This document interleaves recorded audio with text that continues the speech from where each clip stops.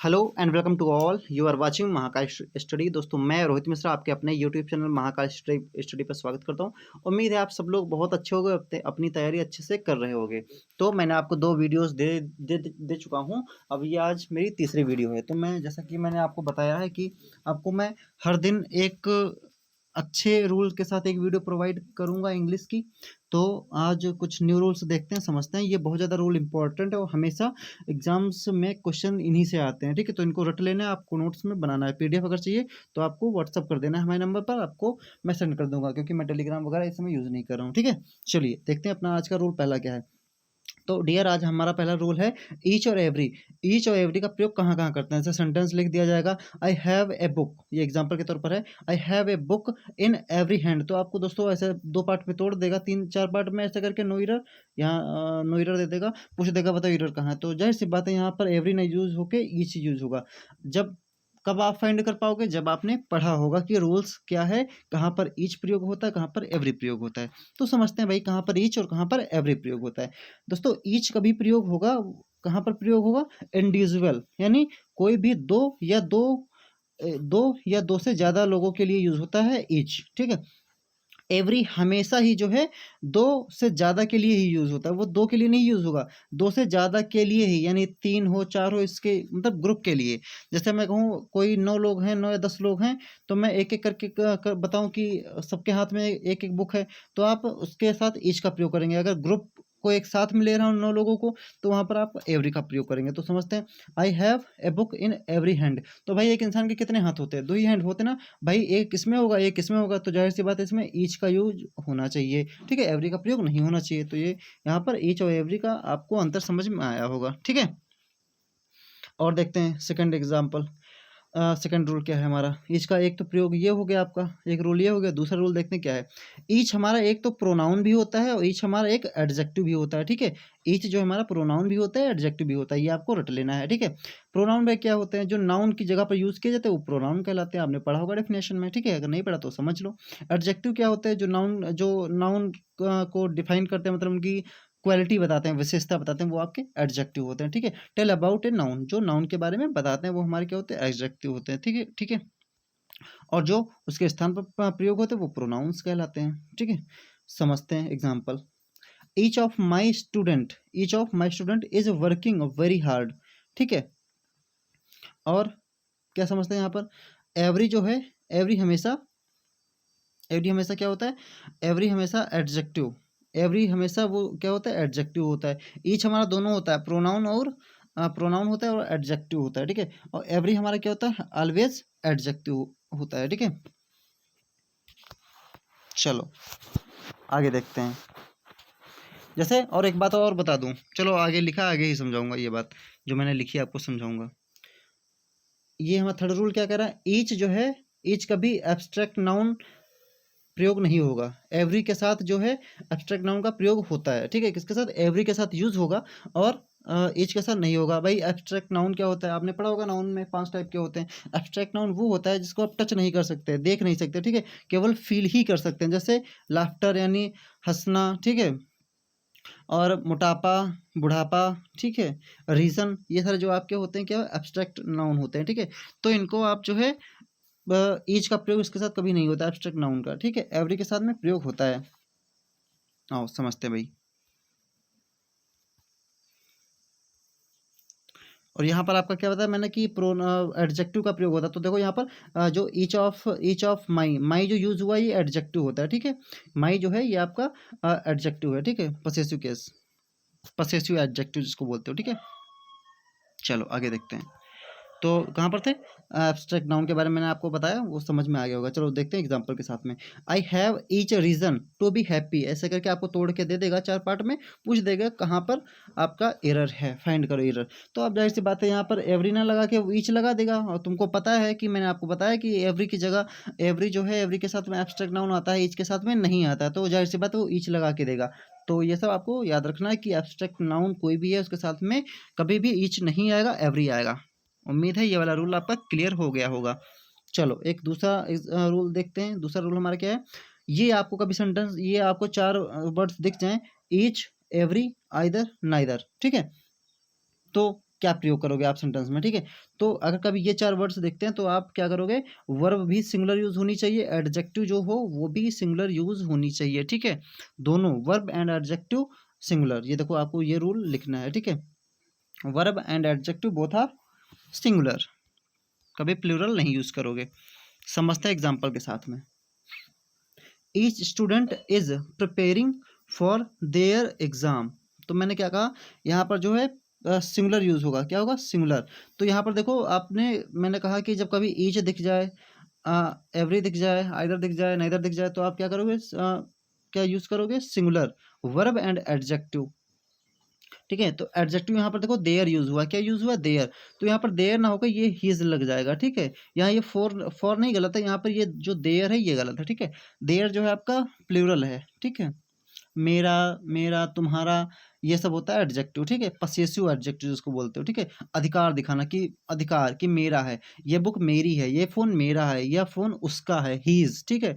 या फोन, ऐसे करके मतलब 8 टाइप के होते हैं आपके, मैंने बताया, कल वाली वीडियो आप देखेंगे तो उसमें आपको सब एक्सप्लेन है, क्योंकि ज़्यादा वीडियो बड़ी नहीं खींचना है हमको, बस 10 से 15 मिनट की वीडियो देना है, उसमें आपको अच्छे अच्छे रूल पढ़ा देने हैं, ठीक है, जल्दी के साथ में, ठीक है। तो उम्मीद है यहाँ पर देयर की जगह जैसे आपको ये तोड़ के दे देगा ऐसे 4 पार्ट में, पूछ देगा एरर कहाँ है, तो मैंने आपको बताया है, कभी ईच दिखे, एवरी दिखे, या फिर आइदर या नाइदर, तो आपको क्या यूज़ करना है, सिंगुलर यूज़ करना है। तो यहाँ पर ये प्लूरल है, ठीक है, देयर नहीं होगा, यहाँ पर हीज होना चाहिए, यानी उसका है।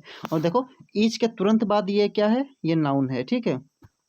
अगर ईच स्टूडेंट लिखा है तब तो आप ये सिंगुलर यूज करोगे, ठीक है। यहाँ पर देखोगे ईच ऑफ द स्टूडेंट्स, जब कभी ईच के तुरंत बाद कोई नाउन आए तो वो सिंगुलर यूज होगा, एक ये भी अच्छा रूल, अच्छा नियम है, ठीक है। ईच के तुरंत कोई नाउन आता है तो वो अब सिंगुलर यूज होगा, उसमें एस या एस नहीं लगेगा, ठीक है। लेकिन ईच ऑफ द हो तो स्टूडेंट्स हो जाएगा, देखो यहाँ पर एस हुआ है, ठीक है। ये बात आपको नोट करना है और याद रखना है, ठीक है। अगला एग्जाम्पल देखते हैं, each of the students is preparing for there competition, ठीक है। तो यहाँ पर देयर की जगह देखो हीज लगेगा, तो उम्मीद है ये भी आपका एग्जाम्पल समझ में आ गया होगा। चलिए अब बढ़ते हैं अगले रूल पर, आगे बढ़ते हैं। आगे भाई क्या है हमारा, ईच के तुरंत बाद नाउन सिंगुलर होगा, देखो ये बात अभी मैं जस्ट बताई, ईच स्टूडेंट ना कि ईच स्टूडेंट्स, वो गलत हो जाएगा आपका, ठीक है। सेंटेंस में यही एरर करते हैं, कुछ अलग नहीं करते हैं, बस छोटी छोटी आपको एरर्स देते हैं, आप उसमें कंफ्यूज हो जाते हैं, ठीक है।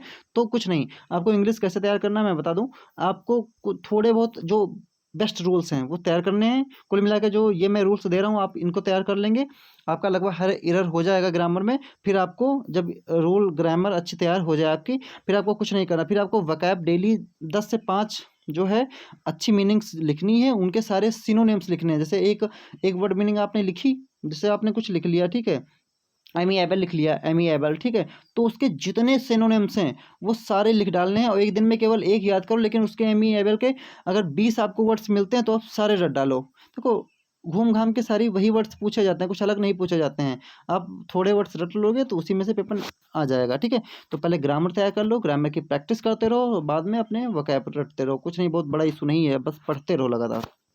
अब प्रैक्टिस में होना चाहिए कि आप ग्रामर अच्छी कर पा रहे हैं, ठीक है। तो ईच के तुरंत बाद नाउन सिंगुलर होगा, ठीक है। और देखो आगे अगला क्या कहता है, ऑफ के बाद प्लूरल, वही मैंने आपको बताया, ईच ऑफ द स्टूडेंट हो तो आप स्टूडेंट्स हो जाएगा प्लूरल, ठीक है। और ईच स्टूडेंट ऐसे यूज होगा, ईच स्टूडेंट, ये देखो यहाँ पर मैंने हर एक बात बिल्कुल क्लियर लिखी है। अगर आपको पीडीएफ चाहिए ना, पीडीएफ, तो आप कुछ नहीं, इस पर जो है मुझे मैसेज कर देना, मैं आपको पीडीएफ दे दूंगा, ठीक है। और कुछ नहीं, ये पीडीएफ खाली एक बार पर डे 2 मिनट में आप देख लेंगे तो आपके रूल बिल्कुल माइंड में सेट हो जाएंगे, ये समझ लो। दो रूल्स मैं नोट्स बना रहा हूँ, ठीक है, तो इनको आपको पढ़ना है, ठीक है। नेक्स्ट रूल हमारा क्या कहता है, नेक्स्ट रूल हमारा कहता है बोथ, ठीक है, बोथ का रूल है। कॉन्सेप्ट क्या है, बोथ के आगे एज वेल एज नहीं लगता है कभी, ठीक है। बोथ के साथ में हमेशा क्या लगता है, ऑलवेज, एंड के साथ क्या लगता है, एंड लगता है बोथ के साथ में हमेशा।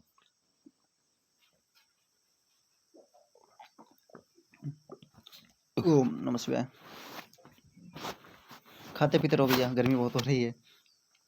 देखते हैं एग्जाम्पल के साथ में, both Ram as well as Shyam, तो मैंने अभी आपको क्या बताया, बोथ के साथ कभी एज वेल एज नहीं लगेगा, क्या लगेगा, एंड लगेगा। तो बोथ राम एंड श्याम, तो ये सही हो जाएगा, ये गलत हो जाएगा। आपको वो ऐसे ही देगा, both Ram as well as Shyam, ठीक है, तो आपको पता चल जाएगा एज वेल एज नहीं लगना चाहिए बोथ के साथ में कभी, ठीक है। आप एरर फाइंड कर पाएंगे तुरंत। अगला रूल क्या है हमारा, बोथ के साथ में नॉट को यूज नहीं करते हैं, ठीक है, बोथ के साथ में नॉट का यूज़ नहीं करते हैं, ठीक है। नाइदर के साथ में आप नॉर यूज़ करते हो, ठीक है। तो both Ram and Shyam are not coming, तो ये आपका हो गया रॉन्ग हो गया। क्यों रॉन्ग हो गया? क्योंकि नॉट जो है यूज नहीं होता है बोथ के साथ में, ठीक है। अगर तुमको नॉट यूज करना तो आप नाइदर के सेंटेंस में करो, neither Ram nor Shyam is coming, तो ये आपका सही हो जाएगा, ठीक है। नाइदर के साथ में निगेटिव या नॉर का प्रयोग होता है, ना कि बोथ के साथ में। उम्मीद है ये भी रूल आपको समझ में आया होगा। चलिए थर्ड रूल देखते हैं क्या हमारा। कह रहा बोथ पसेसिव एडजेक्टिव, बोथ के बाद आता है, जो बोथ के बाद हमेशा क्या आएगा, हमेशा बोथ के बाद में पसेसिव एडजेक्टिव आएगा, कुछ अलग नहीं आएगा।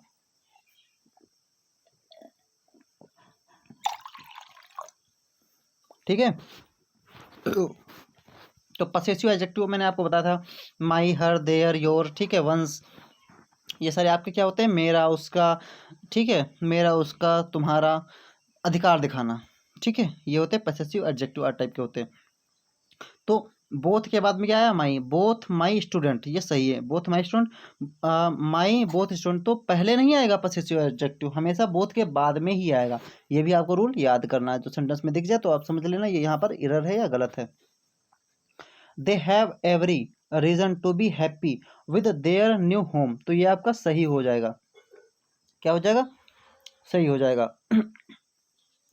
अगला देखते हैं, both Ram and Shyam are not going to visit this place, ठीक है, तो यहाँ पर आप समझ रहे हो बोथ के साथ में नॉट का प्रयोग, ठीक है, तो गलत हो गया। ओके, ये गलत है, वो वाला सही है आपका ऊपर वाला, ठीक है। हमेशा जो है उसके साथ में क्या यूज होगा, मैंने अभी आपको रूल बताया, तो उम्मीद है ये रूल आपका तैयार हो गया होगा। तो दोस्तों अगर वीडियो आपको अच्छी लगी तो प्लीज़ वीडियो को लाइक करें, शेयर करें, सब्सक्राइब करें। आपको रेगुलर मैं एक वीडियो देता हूँ कुछ अच्छे अच्छे रूल, आपको नोट्स बनाना, अगर पीडीएफ चाहिए तो आप मुझे कांटेक्ट कर सकते हैं।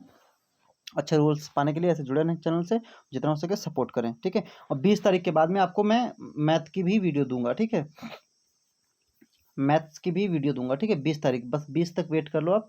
उसके बाद आपको मैथ और इंग्लिश की अच्छी वीडियो मैं प्रोवाइड कराऊंगा मैं खुद से, ठीक है, खुद ही बताऊंगा, खुद ही कितनी मेहनत करनी पड़े, अच्छे अच्छे क्वेश्चन आपके लिए मैं लाऊंगा, ठीक है। चलिए मिलते हैं नेक्स्ट वीडियो, तब तक के लिए जय हिंद।